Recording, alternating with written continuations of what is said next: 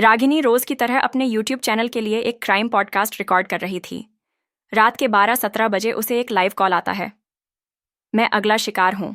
मुझे बचा सकती हो तो बचा लो। मेरे पास सिर्फ 17 मिनट हैं। Call cut. रागिनी समझती है कोई प्रैंक है, लेकिन अगले ही दिन खबर आती है, जाने माने वकील की रहस्यमय हत्या।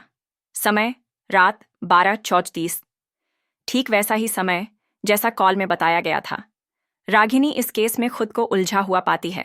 रागिनी एक एक करके उन लोगों की खोज करती है जिनका नाम इस रहस्यमय कॉलर ने अपने अगले शिकार के तौर पर बताया। सभी शिकार किसी पुराने केस या गुनाह से जुड़े हुए होते हैं। कुछ ने सच छिपाया था, कुछ ने झूठी गवाही दी थी, लेकिन सबका एक कॉमन लिंक निकलता है। अनिरुद्ध राय, जो 3 साल पहले मरा हुआ माना गया था, लेकिन उसकी मौत की कोई डेड बॉडी कभी नहीं मिली। रागिनी एक पहाड़ी कस्बे में एक ऐसे शख्स से मिलती है जो हूबहू अनिरुद्ध जैसा दिखता है, लेकिन खुद को शिव कहता है। धीरे धीरे रागिनी को यकीन होने लगता है कि वही अनिरुद्ध है, पर वो कुछ याद नहीं कर पा रहा। उनके बीच एक अजीब जुड़ाव बनता है, लेकिन साथ ही खतरा बढ़ता जा रहा है।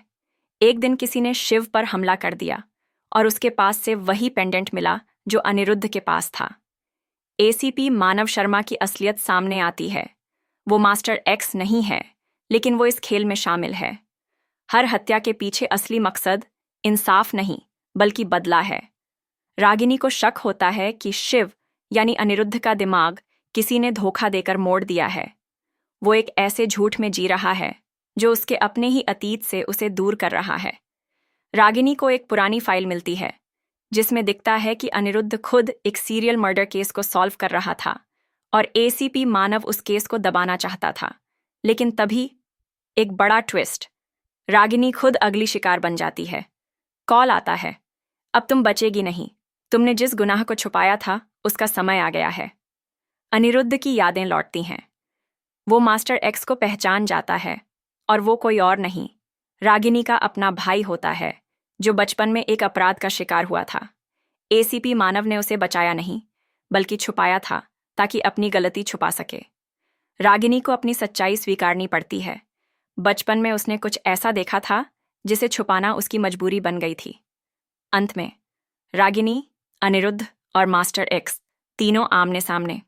कोई इंसाफ चाहता है, कोई प्यार और कोई सिर्फ सच्चाई। आगे की कहानी सुनने के लिए देखते रहिए FM न्यू एपिसोड।